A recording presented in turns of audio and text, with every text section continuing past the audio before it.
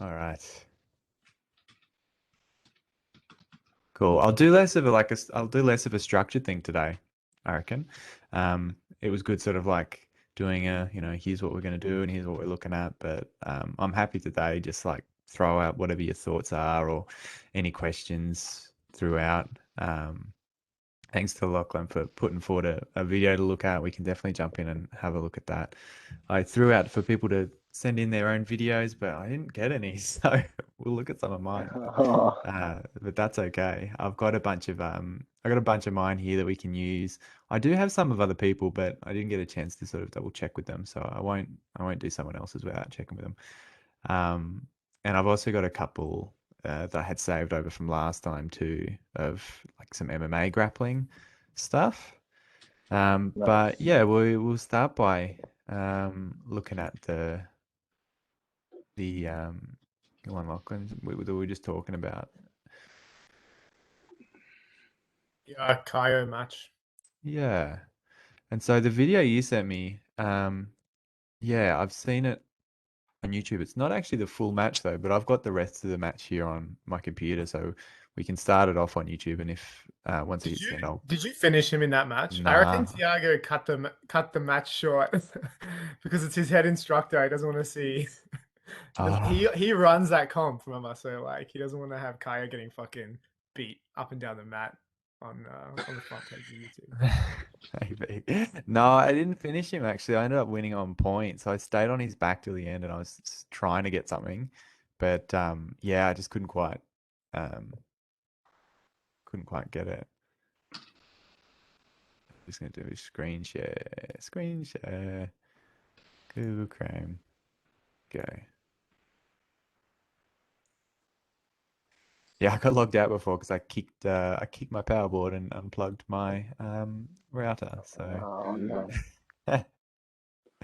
anyway, so yeah, this was up in Sydney 2019. To be frank, I like until you mentioned it to me, like I didn't really remember it. Like I kind of remember the match when you said it, but I didn't.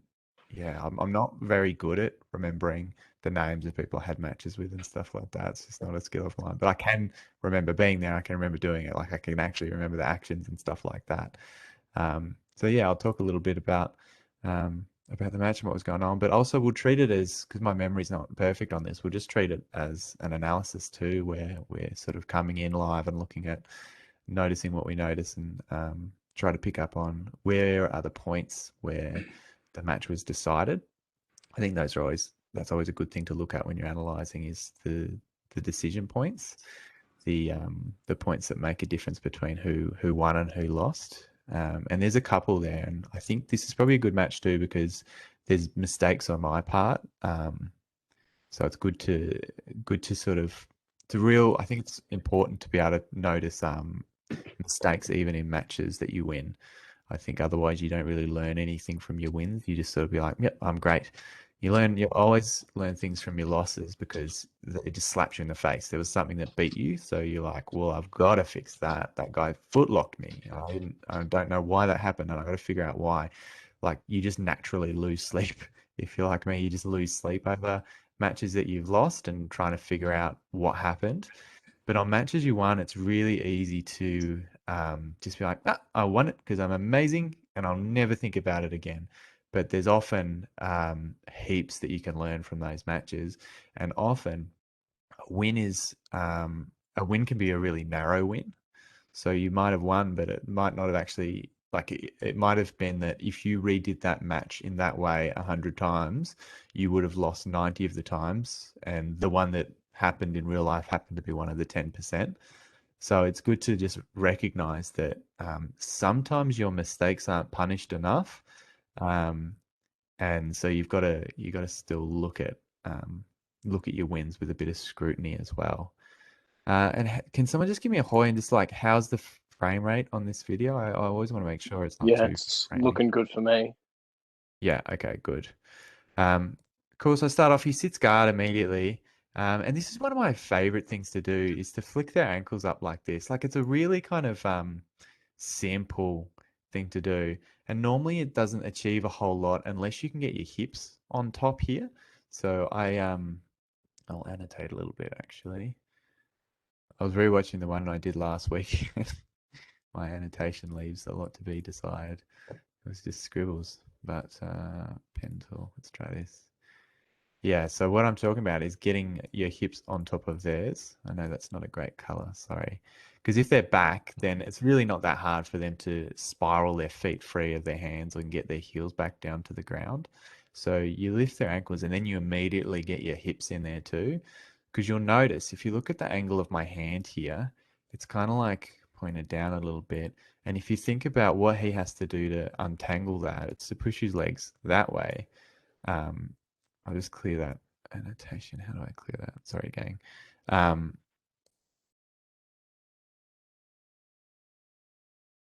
and it's not that hard. Like I'm not blocking that direction with my hand.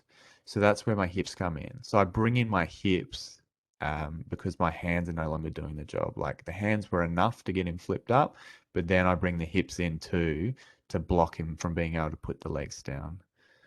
And so this creates a situation where you're still in his guard, but he's a lot more uncomfortable all of a sudden. His ability to get actions on you is restricted. He's sort of tucked in a bit of a ball and his legs are up above his head. So I'm fairly happy when I can get this to happen.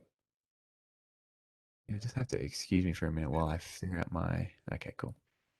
As a Yeah. side note, John definitely does this to me in MMA as well. Like when he starts to feed me his hips, and it's like a really uncomfortable position to be in, makes you really second guess what you're trying to do when there's that much pressure put on you.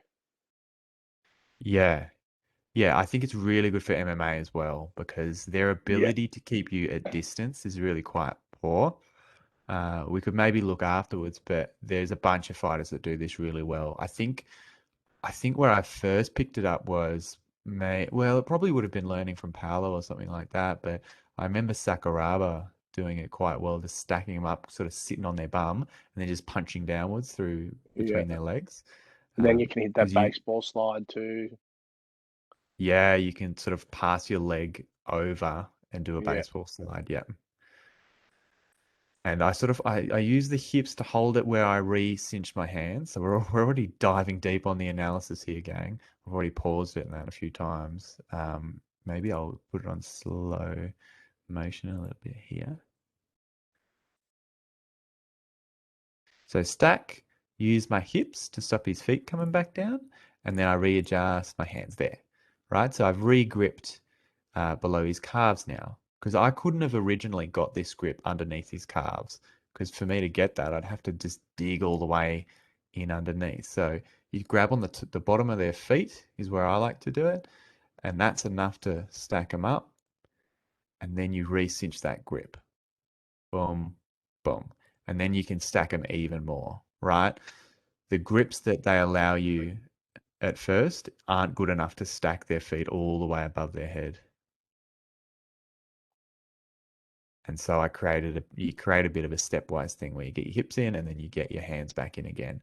And getting them stacked all the way up over here, very strong position. I can't recall if I pass off this or not. I think against a lot of guys I would, but this Kaya guy was really good. You can see him sliding on his shoulders. So he's began to regard, and I've immediately started to go into a different pass. So I've got my head to the outside of his leg and started. I don't really know what I call this pass, but you sort of you put their leg up on their shoulder, squeeze your head to it, and you're going to pass around towards my mouse cursor here.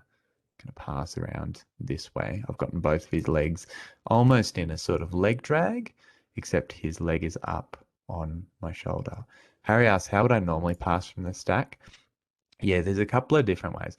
One is, I'll just bring my annotate back up. I should have practiced some annotate in my own time, but who's got time for that? Maybe a yeah, lot. doing a good job, man.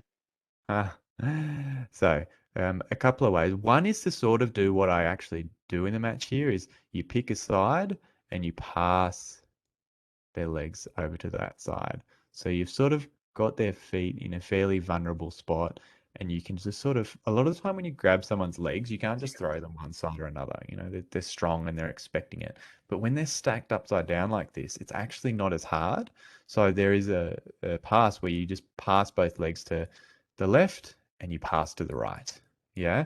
and so you end up in kind of a bit of a leg drag position. There are other trickier options too that you see some guys doing where you kind of invert and go for their back, because right now their back is actually exposed. So you can actually sort of flip upside down and go for their back, go for trucks and stuff like that. Yeah, that's an option too. You can also, yeah, sorry.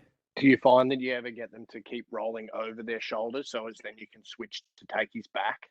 Yeah, You know what I mean? definitely. So they roll completely to turtle because your knee right on the right hand side is like in a perfect position to cut into that hole. Yeah. That's actually a perfect point. Yeah, this knee here I was talking about. Yeah, what you can do is Kai's smart and he's stopping this with his neck and shoulders, but you can actually roll them all the way over onto their hands and knees.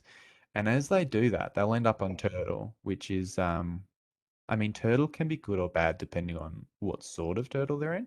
But if you roll them into turtle and you also have this knee here stuffed in between their arm and their leg, which is what I'm doing here, then you kind of have already started to set up your hooks for the back.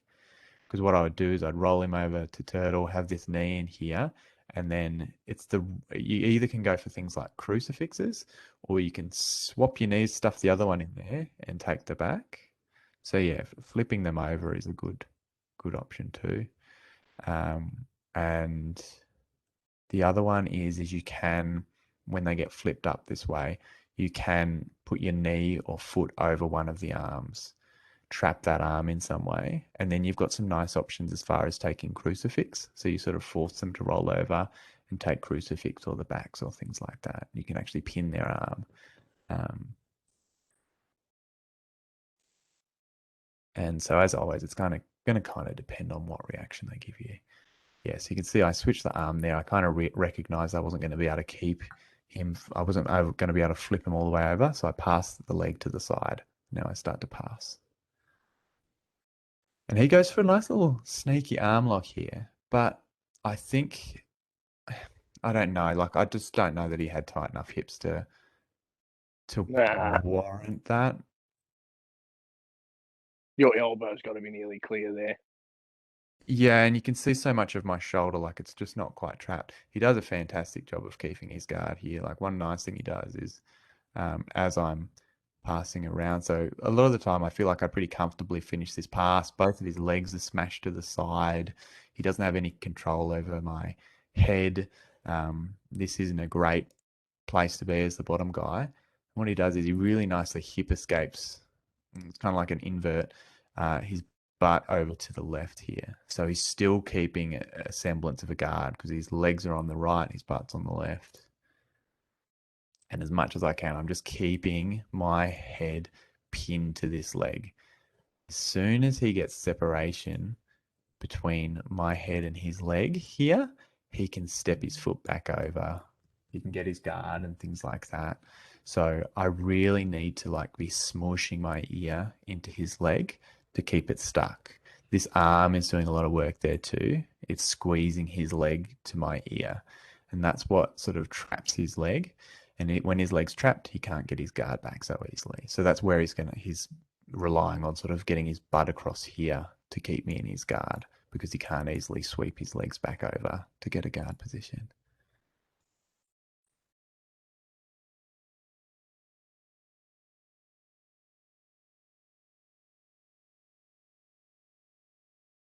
Yeah, and see that he did a good job and he got separation from my head and he did what I was sort of saying that I was trying to prevent, swing that leg around. Yeah, you can sort of see it as soon as it comes disconnected from my ear, which I think he posted on my shoulder. Yeah, he just sort of hipped away. Nice move by him. So he gets his guard back. And immediately I start to try and get my posture. There's different approaches people do in closed guard, but I really like to get as far away from them as possible. I like to try and get my posture up and stand up to my feet. I like this little armpit grip here with my thumbs facing up.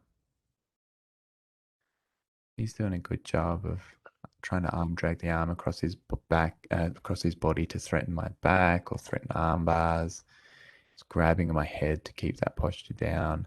And I'm doing what I can to sort of diligently shed his hand off my head if he grabs it. And I'm just hand fighting a little bit here so that he doesn't have such powerful grips on my arms. Just check that. How do I? Oh, yeah, chat. There we go. Harry asks, why standing up as opposed to pushing on hips and putting your knee up their bum?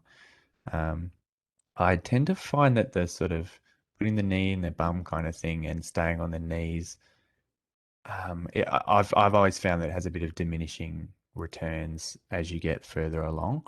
I think it becomes less and less reliable that works on people, especially in no gi. Because what you find, the guard open that Harry's talking about is you're on your knees, you put your knee in their bum, and you sort of make distance to burst open their closed guard. But the problem is it's completely prerequisite on their hips staying on the ground, right? So if if I was doing that pass, I'd have to get my knee in the bum here, and then I'd have to get enough distance away so that these ankles would break open. Yeah, so it's possible. But what happens is if you don't have strong downwards pressure on the hips while you do it, then their hips just slide up your leg here to your hips, and you can't make this gap big enough. And I tend to find in no gi, it's very difficult to get enough traction on something to push down here. In the gi, you can grab the belt, you can grab the rope of the pants, you can grab the top of the pants, you can grab any part of the pants and really pin them down. In no gi, it's so slippery. Your best chance is sort of putting your hands on their hips and pushing, but your hands will keep slipping off and they'll keep riding their hips up to the sort of your actual hips. So then it's really difficult to burst these ankles open. So I tend to find getting up tends to be the way I like to really put pressure on this closed guard. I And like the there's also, dynamic style of passing too. Hey, like when you're standing up to pass, I think it leads to a more dynamic style of passing than just and passing look, with your knees. yeah, and it's definitely a preference thing too. Um, yeah, it's definitely a preference thing as well. Like I quite like it when the game's a bit open. Like I quite dislike closed down positions like closed guard. It slows me down. A lot of my favorite moves come off an open, scrambly kind of position. So I'm fairly happy making myself a little bit more vulnerable if it opens up the position. That's a worthy trade for me. So Yeah, here I start to stand and I do one of my favorite things as I stand, and that's stuffing this right knee in against their hips. So I don't stand up square, partly because I find it easier for them to drag me back down. I'm kind of turning away from him. My right knee is screwing in here against his hips. That does a few things. One is it creates a bit of a wedge and keeps his hip down. And two, it blades me out sideways a little bit, which I find makes my balance feel stronger. It puts my left leg further away from them. So even if they grab a leg, they get to grab one. They get to grab this near one, but they can't sort of do things like grab both my ankles easily and things like that. And this post on the neck that was a real game changer for me when I started doing it. I got it from a BJ Penn book. So that's how old I am. Yeah, I'm not that old, but that's how long I've been out of doing the jiu-jitsu book. for. We were learning jiu-jitsu from books. Yeah, And man. Black and White was my first book, like a black and white picture book. Like, it seems so crazy now looking back. yeah, and this is legal to do. Like, yeah, this is totally fine. And where I like it is, if you look at his body, one is he's in a rash guard, so there's not much traction there. So I actually don't have anything to put my hand on that gives me much grip. But neck, if you put your hand on the neck, it can't slip upwards, right? Because his chin's there. So you actually get a really good strong purchase. And so then you ask me, John, you can't be putting your arm down there. You're going to get armbarred, right? You can't just push your arm down on someone's neck or they're going to armbar you. That's true, except that's what that leg is achieving as well. If this leg wasn't there, if my leg was out here, very rigid, then his hips would be free. And if his hips were free, then he could shoot his hips up behind my arm. Yeah, if his hips were free here, then his hips would go from here up behind the arm. They'd be sitting here and he would be arm barring me, absolutely. So the idea that you can't push on someone's neck because you'll get arm barred, it's true, but it's not true if their hips aren't free to do it. And that's I can't remember if I talked about this last week, but there's you can have general rules and then you can have like concrete analysis. So general rules are really handy to say that, you know, in general, if someone pushes on your chest, you can armbar them. And that's really useful because you can use that in your jiu-jitsu and you don't have to think too much about it. But then a concrete analysis is to say, okay, in this exact position that we're talking about today, what is true and what is not true? So a concrete analysis of this position would say, no, actually, he can't armbar my arm because of this knee. This breaks the general rule of thumb because there's something that changes it. And it's always good to know that there's two types and both can be true. So you can have a rule of thumb that is true, but then you can have, you know, 10 instances, 20, 100 instances where it isn't true, and that's okay. Yeah. So it's always a good thing to know what the general rules of thumb are, but every now and again, just stop and look at if they're actually true or not.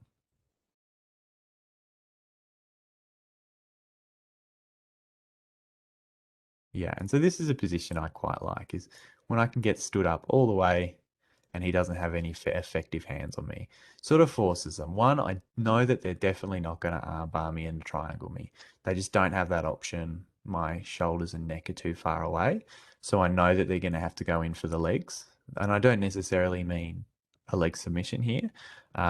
It could be a leg entanglement, like an X guard or like a bear trap kind of leg entanglement to off balance me, or dropping down to an open guard. Yeah, so I've limited their options, which is good because generally I just didn't want to be in closed guard. The other thing is when you stand up here, you can do some things that would be against the rules of thumb if you were down on the ground, and mainly that's fucking around back here with their feet. Normally, this is a bad thing to do if you're down in their closed guard because, I mean, look at this. If I was sitting down in his closed guard, then I'd have to worry about him Kimura-ing this beautiful Kimura arm here. Like, that's just begging for a Kimura, but he's too far away. He's all the way down here, so I'm allowed to do this. Also, reaching back for the feet can be dangerous because you leave your arms laying out for triangles and things like that. But again, if I'm down here, he doesn't have those options. Look here, he's passed my arm across, which is normally a bad thing because he can armbar it and take my back. But again, I'm standing up, he's too far away. So by standing up, you've opened up the position a lot and you create a whole lot more flexibility into what sort of stuff I can do. So that's the main reason I like to stand up. Yeah, and it gets his guard open. So I'm really happy about that.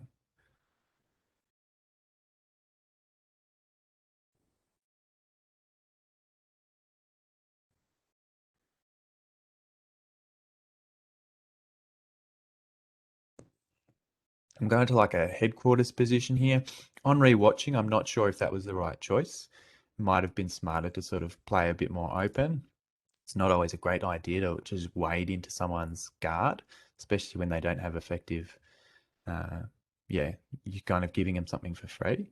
But I think I thought I had a good enough shot at passing here. He sits up onto like a sit-up guard on my single leg.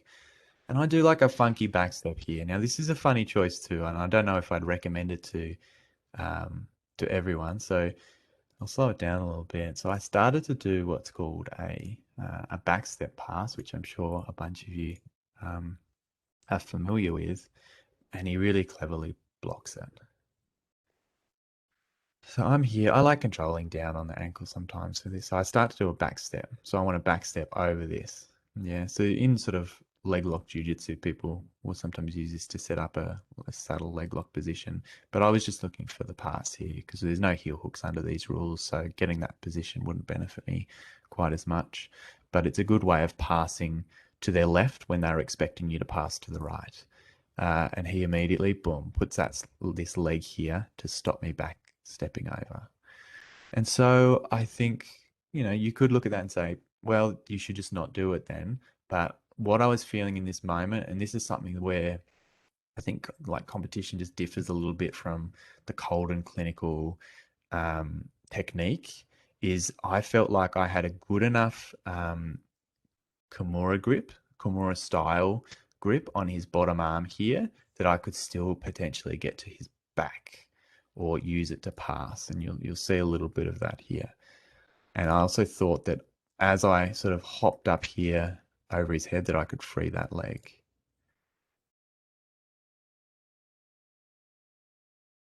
Yeah, so I slip under. So I didn't actually have the Kimura grip. So I was using a bit of premonition there. I'm slipping under to grab it now.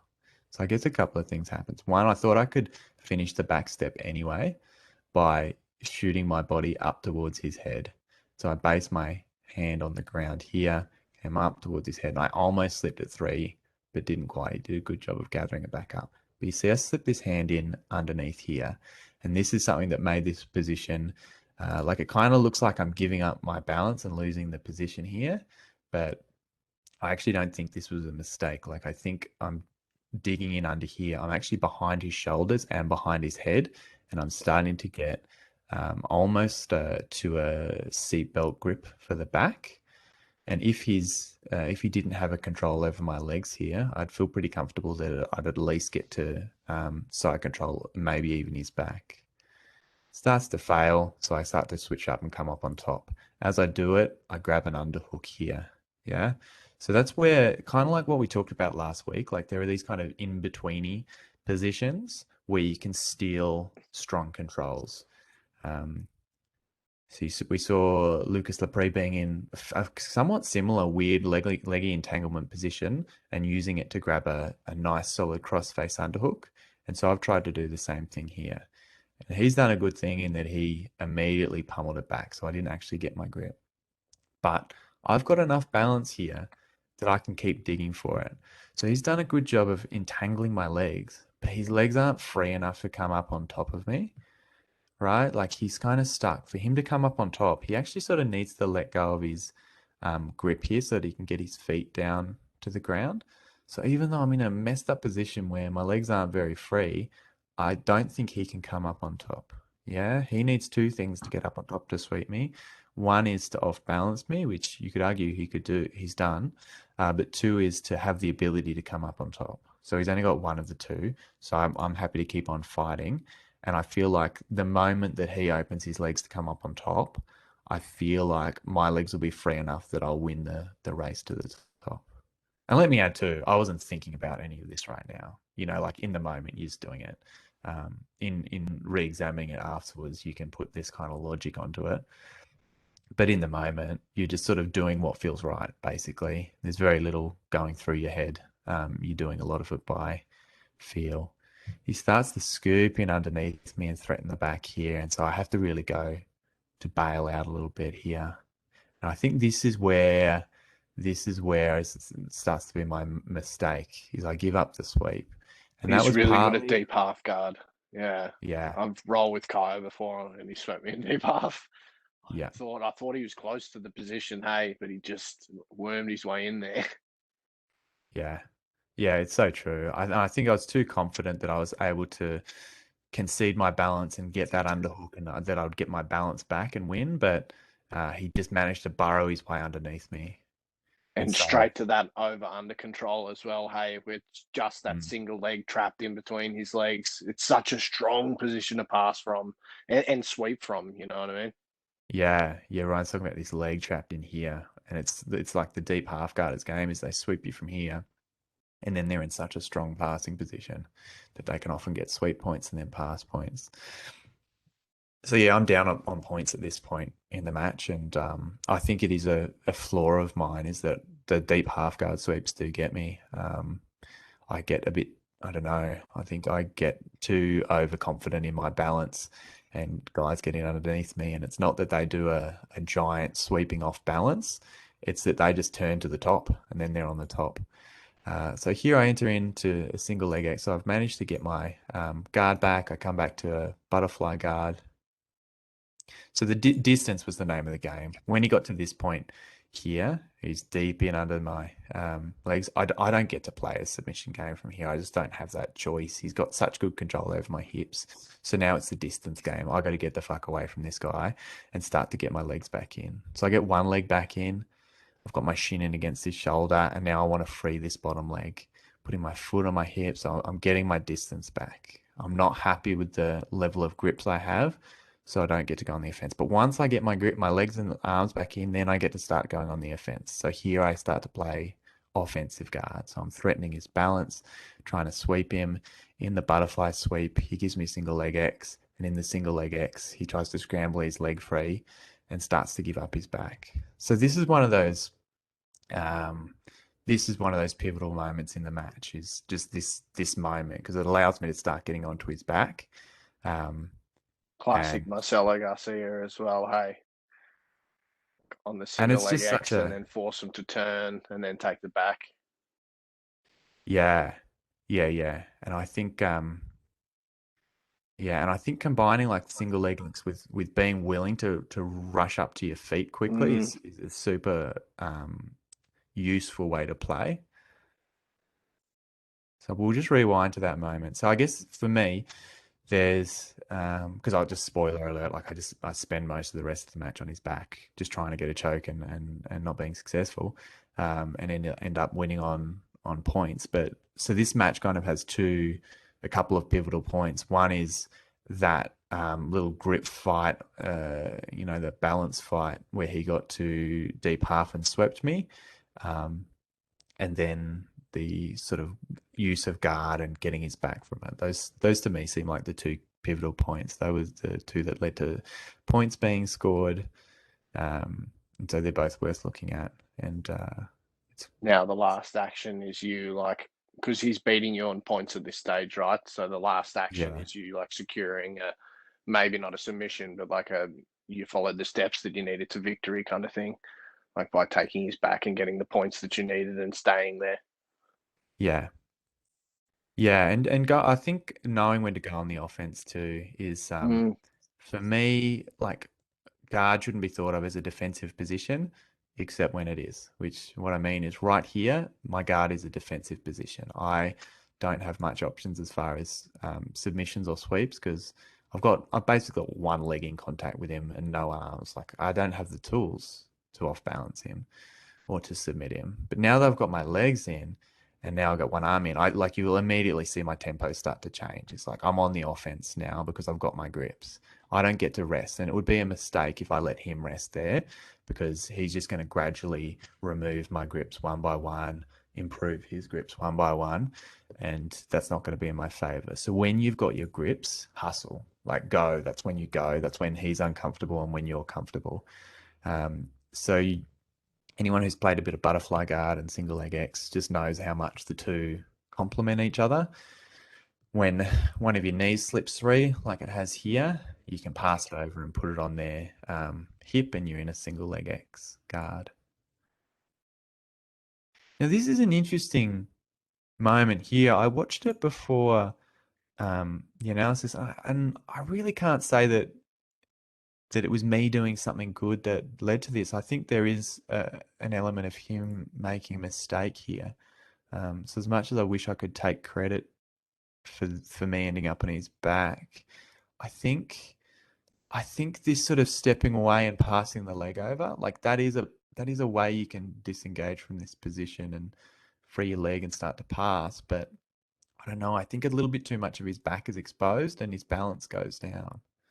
It's like I'm a little bit unsure about how his balance was lost there. It's like he conceded the sweep at the end, kind of thing. It was weird. Maybe he knew he was he turned the wrong way. Thought you were Yeah, going to hustle up on the sweep, and now he's just bailed hard back to guard. yeah, I don't know. One thing, Yeah. Jon, though, in that sequence just before that, is like you're playing really well with that sort of upper body threat, lower body threat. So he's actually, even though he's on balance, he's sort of off balance, because you have his arms straight, you have his head controlled, so he's not sort of able to pull out. And it almost felt like maybe you were starting to get some sort of traction on his arm, and he sort of shot forward, and that's how the single leg came in. Yeah. Because you could see he's not really comfortable in that. It's not like you just have a leg entanglement during his guard. You have that that head and that arm pretty straight, and you could see he's kind of trying to not commit too much either way, but he's sort of stuck. Yeah, it's a good point. And you're right. Like, I'm going for other threats aside from the sweep. Head Like straight this, in there. Yeah. yeah, and this lower back control that I've got here with my head in the chest, that's one I use a lot to come up on the top. Like, it's sort of like getting a really strong double underhook from standing. They're really vulnerable to being taken down and having that sort of backbreaker takedown done. You can do it from butterfly guard. So that I've threatened here. And I think that's what's forced him to post his hand here is I'm probably threatening to stand up, push him backwards with my head. And so then So he knew you were coming up, yeah. Yeah. And that's And then that, like Christian said, like now I've got a threat on the arm here, Yeah. like the cutting armbar threat. You can also start to set up triangles and stuff like that from here too. So he's sort of leaning back to get this arm free. I don't know what I'd do here, but I think I'd try to take his back if this arm slips over my head. This is sort of chain jiu-jitsu at this point. Like even though like it just looks like a bit of movement, yeah, you can definitely chain in your different techniques here, and that's what stops the position stagnating. So I go for a butterfly sweep here, and he just immediately dives his weight over to the other side because he doesn't want to get swept left. So he dives his weight over to the other side.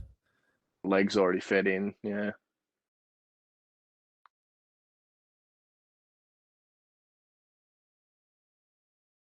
Yeah, you go to the other side. I think he got stuck on the mud on that spare leg. So when I say stuck in the mud, there is this effect you can have. I tend to use this phrase more in wrestling than jiu-jitsu, but sometimes, like when you're tripping someone over, you sort of think about putting your foot next to their foot to trip them. But sometimes what can happen is if all their weight gets put on that leg, then they can't move it. It's stuck in the mud. It's sort of, I call it that because it's like if you put your foot in deep mud and then you can't move it side to side. So I think that effect might have happened a little bit here. Is he's got stuck in the mud on his right leg. He couldn't move it. So it's stuck on the ground. He can't move it for balance. And that's what's caused him to fall over here. Yeah, his weight was far too committed to this leg. Yeah. Now there's a position, and I guarantee he would have scrambled back up to the top and there would have been no points. But you always have to be willing and ready to shoot up to your feet anytime there's an off balance. Yeah, because a sweep is, like I said before, it's off balancing them, and then it's getting your hips above their hips. So here, I immediately get that foot behind me to start coming up. Yeah, so even at this point, I've won the sweep because I think it would be really hard for him to beat me to the top at this point. So I'm here on the top, and instead of conceding the sweep, he's looking to scramble. And that's probably a smart move. Like he's close to the boundary here. He could potentially scramble out and get a reset. And I've got a tight waist on his hip. I'm off balancing him. I'm sort of dragging him down, but I think I'd be ready to start to come up as well.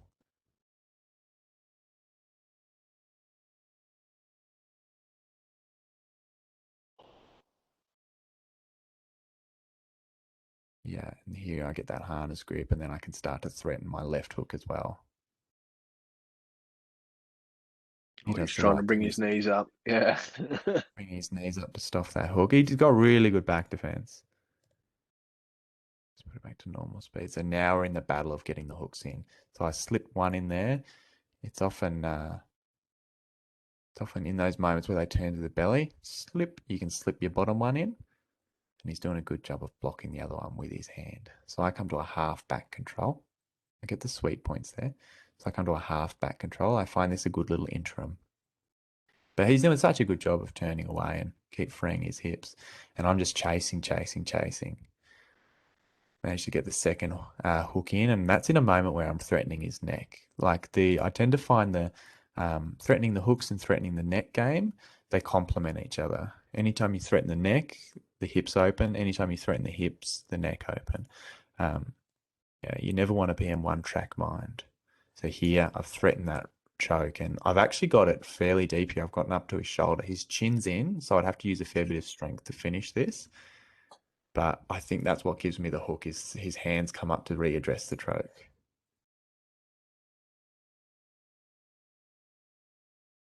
Rolling, rolling. I should get the back points there. And now it's a bit of a clinic of back defense and back retention just from now on. Like he's doing a really good job of keeping my hands busy and stopping the choke.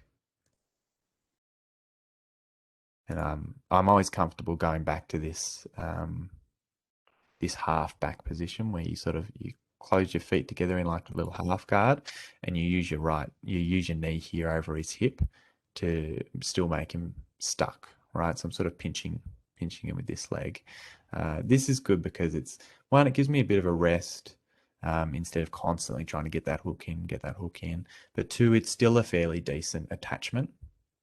So I can still be fairly well attached to him here with this kind of back control.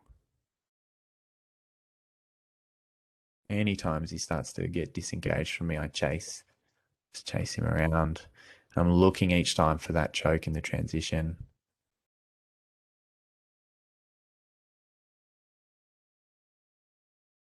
This little hand grip here is super good. I mean, at the ADCC trials, I had a really similar position as that, and the guy was locking me out from getting that second hook in with that very same hand like this here.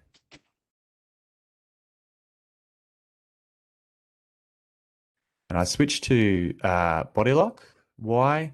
Time's starting to fade down. I wanted a bit of a rest, and I knew I was up on points. So I would have been up 4 points at this point from us both having one sweep and me having a back control.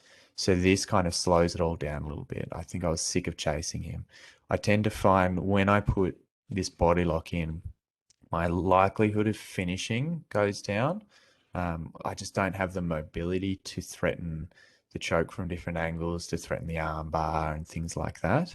But I'll do it sometimes if I want a bit of a rest and to just sort of lock the position in for a little bit, maybe gas them out a little bit. So the video finishes there, but I do have it, the rest of it.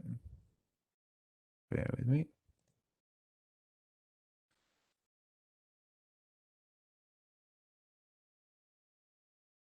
Talk amongst yourselves, gentlemen. I'll just learning where all the buttons are on WebEx.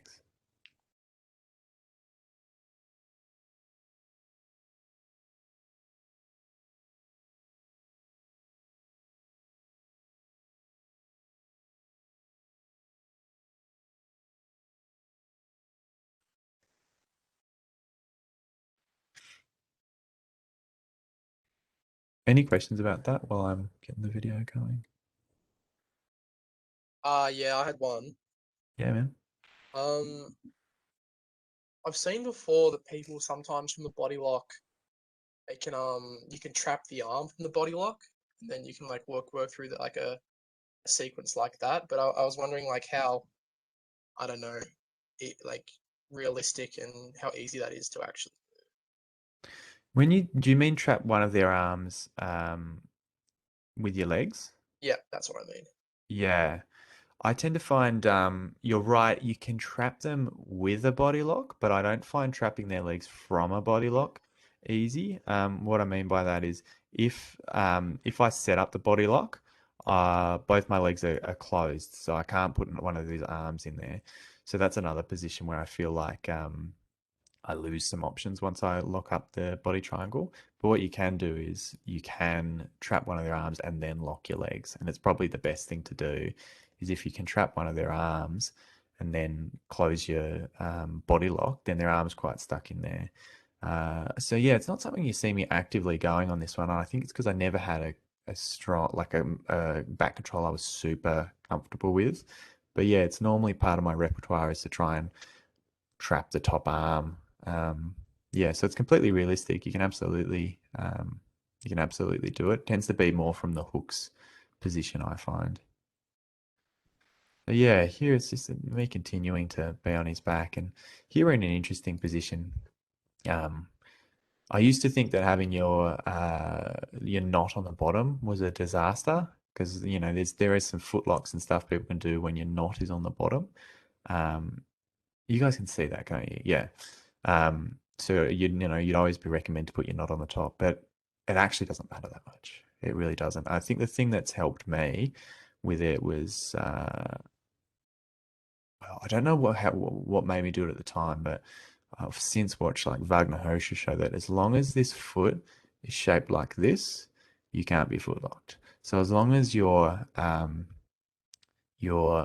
thigh is over the bottom part of your shin and not over the end of your foot, all of the tricky kind of Benkini style foot locks on a body lock just aren't that possible. So as long as your foot's deep enough, it's pretty comfortable here. You should feel okay. And as for where this other leg is, it doesn't matter too much if it's between their legs or outside. I prefer outside, as you can see, transition to here. It's a bit harder for them to escape. But yeah, you can see here what I was talking about. You want this foot deep. You don't want to be locking up on the end of your toes. Same goes for any kind of triangle. If you're trying to do a triangle choke, you don't want your thigh and hamstring over the end of your toes. It just hurts your ankle and you lose your power. Yeah. So here still reefing for the choke. I'd talk more in detail about this, but it's so hard to talk about this stuff when you can't see close up. So I'm just sort of scrubbing ahead. Yeah, here I had a choke on the chin. Thought I'd give it a go, but I think I'd give it a red hot go, but it didn't quite work. Just wasn't quite in deep enough. Normally, if you can get your hand all the way in behind the head, you can get it. I was fairly happy with this here, is immediately choking on the other side. Right, so I'm here, I'm going for a right-handed rear naked choke, desperately trying to get out. As soon as he gets out, I choke with the left hand. So there's these little moments where they're still thinking about X and you're moving on to Y. That's your best chance for getting a new thing. It didn't quite work. He's starting to turn into me. I'm trying to grab like a gift wrap here to stop him turning in. Still following around to his back. At this point, like the time is ticking on, I'm getting less and less worried about him escaping, because if he escapes at this point, he's still got a fair bit of work to do. And I just got another 4 points there for hook being removed and then a hook going back in again. So if you're not aware, you can get back points multiple times. So here I'm just less and less worried about him escaping. I'm thinking about a knee bar here in the deep dark depths of my mind, just as an option. He eventually gets out of back, and then I start to pass again. Yeah, so he's gotten out of back, but I've got a decent underhook here. So even here, I'm still fairly happy. Similar position where I've backstepped and he's digging in underneath me. Front headlock, I'm trying to keep a bit of pressure on him. He goes for a foot lock, but my knee's just not quite deep enough in there for him to get it.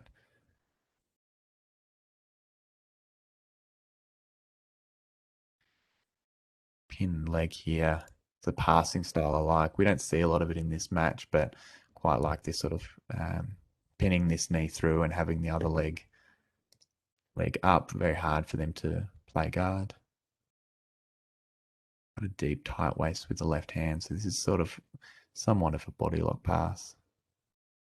Got the near side underhook. We were talking about this the other day, about how you can pass with the far side underhook, but often the near side one is a really good control as well. And you could see how, I mean, I think partly like he sort of knows that the time is coming up, so he's dropping down in energy levels. But like even though I'm not past his guard, like this is a fairly controlling position. I've got two underhooks.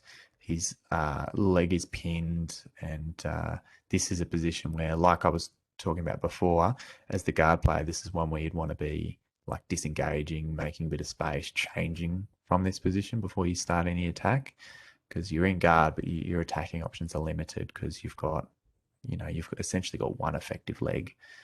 The other one's pinned, both your arms are out of the picture. So yeah, and that's the match.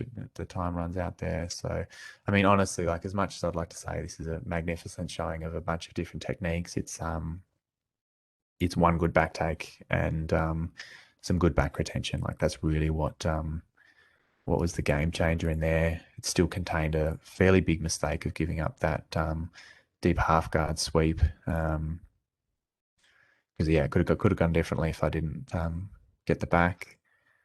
So yeah, but yeah, throw out your thoughts, questions, comments. So at the very start, he sat down.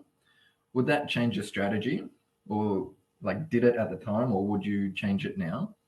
Like, so if somebody who sits down straight away, obviously they're used to playing guard. Yeah.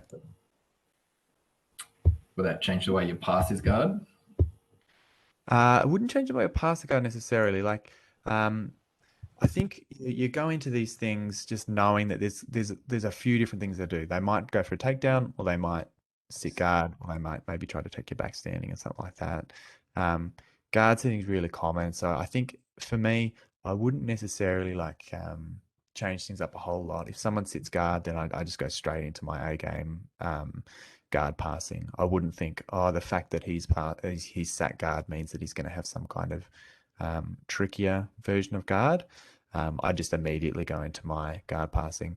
What it might mean though is if the match was stood up to our feet later on, then I've got a bit of intel. I'm like, okay, we're stood up again. He's going to sit down again. It's very rare that someone sits guard at the start of the match and then later in the match plays a heavy takedown kind of game. You just don't see it that much because often if they feel confident in their takedowns, they're going to give it a go so that you can get the 2 points. So that might mean that if later in the match we start standing, I might think about pulling guard. Yeah. Or because I know it's a thing that they don't want. So if you're feeling fairly comfortable in your guard and your top game, it's legitimate to just go for the thing that you think they don't want. But in this first instance, you don't get. I don't feel like I had a lot of choice. Does anyone else have some thoughts on that? Yeah. Just quickly, John, if they're just going to sit guard, as they're going to sit guard, if you're able to sort of just touch an ankle or grab an ankle or something like that, are you likely to get points for takedown? Yeah. If you can make it look like you were taking them down as they sit guard, absolutely. Yeah, that'll get you takedown points for sure. As you get higher and higher, it gets so hard to do though, doesn't it, John? Like they have such good setups for how they actually make their grips and sit. You know what I mean? They're very cagey, these little jiu-jitsu guard sitters. Yeah, and they know that all they need is a point of contact with you, like a grip, before they can sit down. If they sit down without any grips, then that's illegal, Yep. So they'll get a grip. So you see he goes hand, and he just sits down. So do you bait that and give them give them a fake grip and then pull away from that, or is that just as bad as someone sitting guard? No, do you mean as the guy on the offense if you're looking to get your takedown points? Yeah, and it's one. Yeah, I wonder why I didn't play that way in this match, but it looked like I looked as if I was feeling like we were going to feel each other out and do some grappling standing. Because in other matches, I'll come out and I'll just not let any grips happen and just shoot from afar. It's a bad habit in wrestling, shooting from afar, because it's just so much harder to get your shot. But in jiu-jitsu, you can actually often get a good shot in and you're denying them that grip. And if they're thinking about sitting, often they'll still sit as you shoot in. Like they won't be able to quickly enough change their game plan. They'll come out and like, all right, I'm going to sit guard. They see a bit of flash of motion and they sit guard. So you'll shoot a shot and they sit guard at the same time. And then you're going to get points for that every time. Okay. The other thing you can do is grab your own grip, sit guard, then stand up again. So it's like here, I could sit guard and then he has to sort of come up on top unless he wants to play double guard. And I can immediately come back up on the top and shoot a shot. So that's something you'll see me do in other matches is I'll sit down to pull guard and then immediately come back up again. So sit to sort of a butterfly and then stand back up again and shoot. So that's another way you can sort of get through that barrier of them being very far away and then just sitting down to guard and not getting a chance to get the takedown points. Lexi always had a good strategy of like he would get in almost like a guard puller's position, but he had a really, really good ankle pick. You know what I mean? You see the Mendez brothers almost do the same thing. You don't know whether really they're going to pull guard or they're going to hit that fake guard pull ankle pick thing.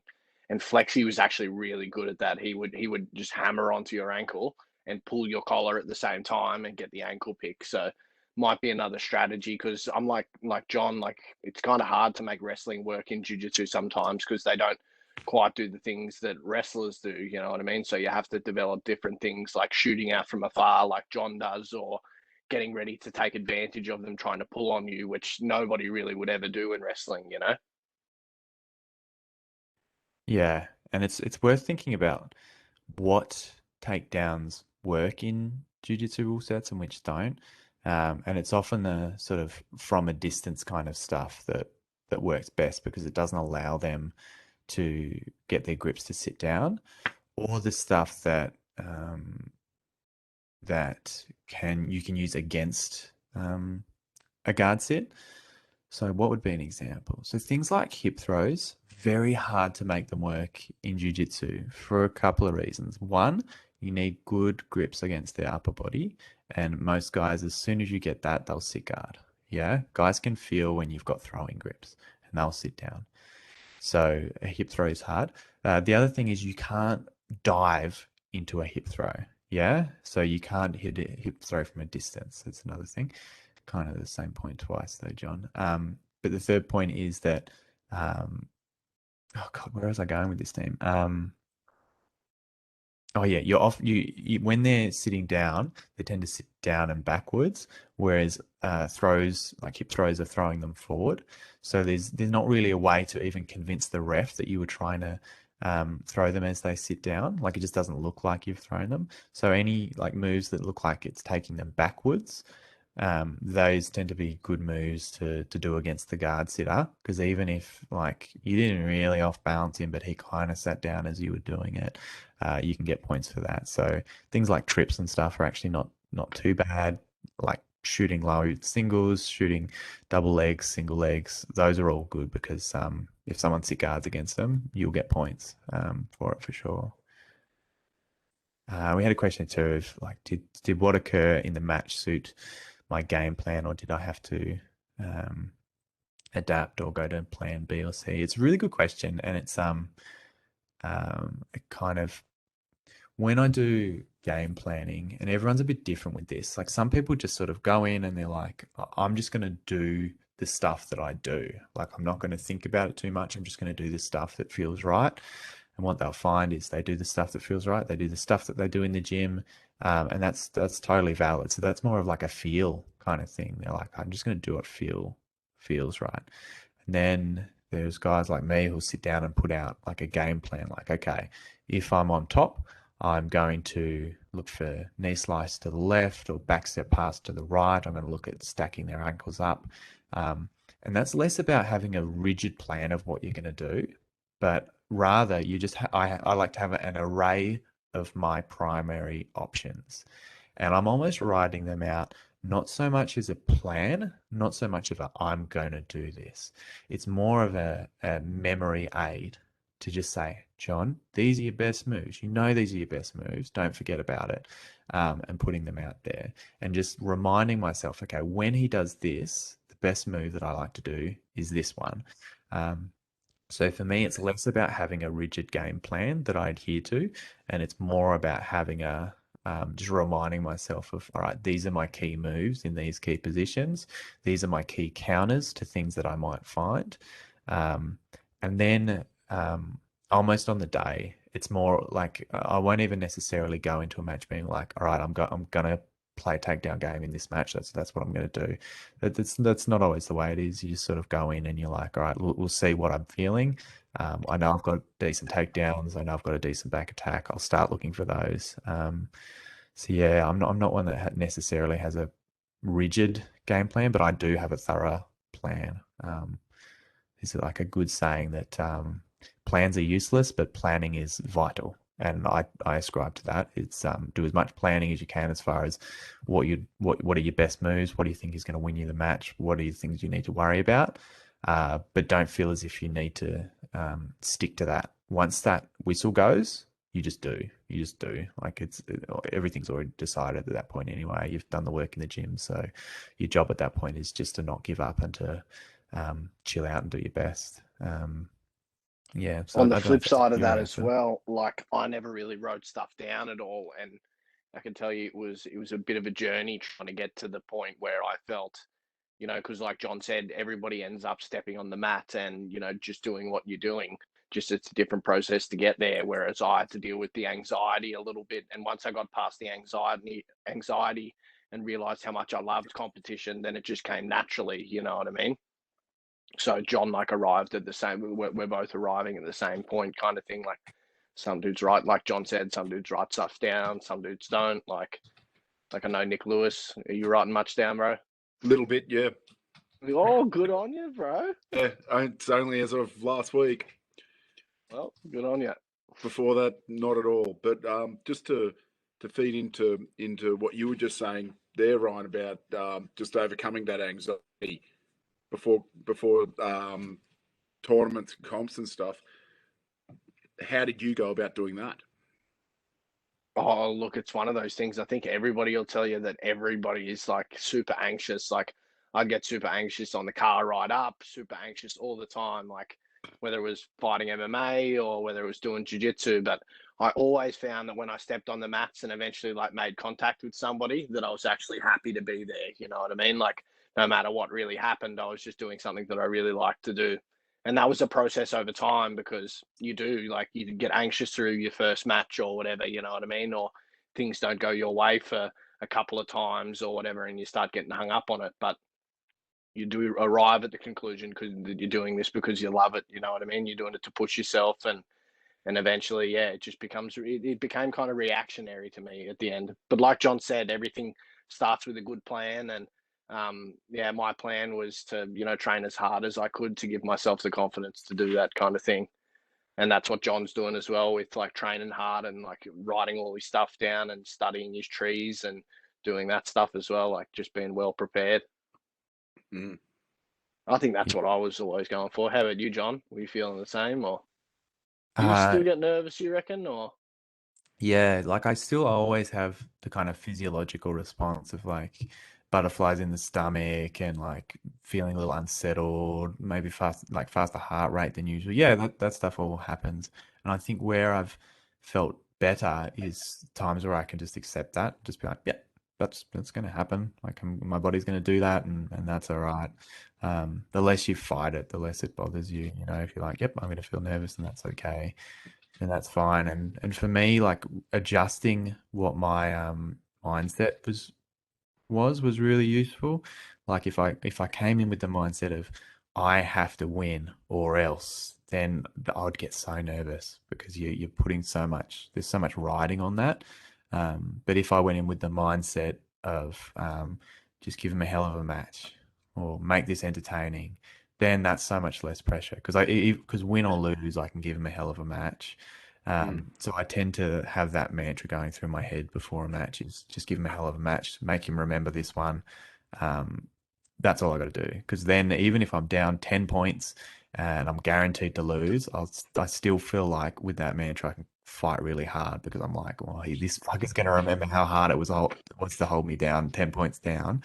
And I'd lose that match and still feel happy. And I stuck to what it was I wanted to do. So it's kind of counterintuitive for me. Like the less I'm trying to win, the more likely I am to win. But That's true. individual differences on this stuff too. That Everyone's physiological different. stuff that you're talking about, the butterflies in the stomach and stuff, man, that's all like literally anyone going into a something like this, they're going to feel that because that's your fight and flight. Yeah. That's so funny. It reminds me, Dean, the first ever fight that I had, I remember being so sweaty out the back, like my feet were sweating, my hands were sweating, like everything was sweating. And I said to him, like, oh, I think my hands are too sweaty. And he said, oh, it's okay, bro. That's your body telling you you're going to do some crazy shit. And as funny as that is, it kind of separated me from it. You know, I was able to go like, oh yeah, it's just my body just freaking out because I'm about to go fight some guy. You know what I mean? And it did actually really help. So that is that thing that John's saying. If you can accept that this is just happening as a cause of what you're doing, it can really help you, you know, with your mindset anyway. Yeah. Sick. Any other questions or thoughts or comments or anything?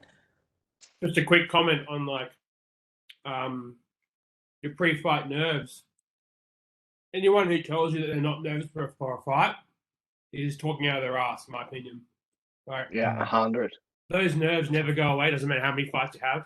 I think it's more like what Jen says, that it's more about how you manage those nerves. So instead of expending that nervous energy and then before you get into the competition or on the mats, that you channel that nervous energy in an effective way. So you warm up efficiently and you get out there and you can channel it properly.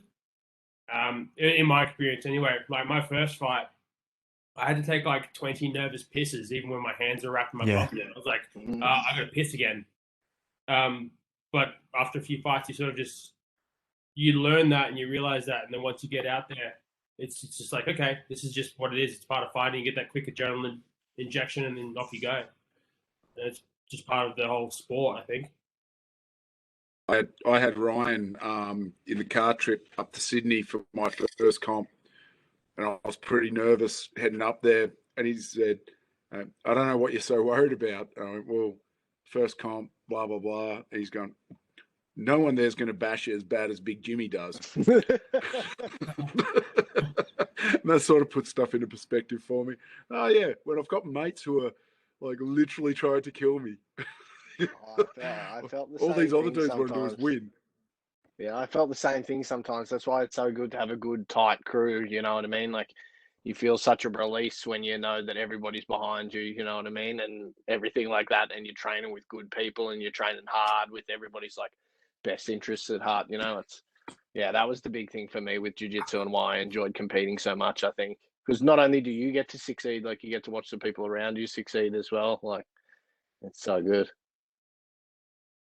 Yeah, and your mind can play such like it's you call it like catastrophizing. Like it does some real tricks on you in when you're doing a fight or a match or something like that. Is like you'd never normally think this stuff, but all of a sudden you're working in, you're like, oh man, this guy's got matching shorts and a shirt. Like, fuck. Maybe he's sponsored or something. Like, he's pretty legit. Like, this is gonna be rough. And like, your brain's just going on this journey of making up some absolutely fabricated story about how this is the biggest deal ever that anyone's ever been through. And yeah, sometimes you can catch that, and just be like, hang on a second, this is an Australian Jiu-Jitsu competition. This isn't, I'm not fucking parachuting into Afghanistan. Like, it's okay, but legit, you can. You can. I remember being in Thailand, and before my fight, I saw this massive Thai dude, and he was like covered head to toe in tattoos, and they were like, "That's the guy you're fighting," and I'm like, holy shit, that dude looks like he just got out of prison, you know what I mean? And then I thought to myself, no, it's your brain playing tricks on you. He's probably a tattoo artist or something. But then I fought him, and then we found out, he just did get out of prison. So. Sometimes your brain's actually so I was right. Help you. one time I was right. Yeah. The rest of the there's time, there's also no situation where those thoughts help you.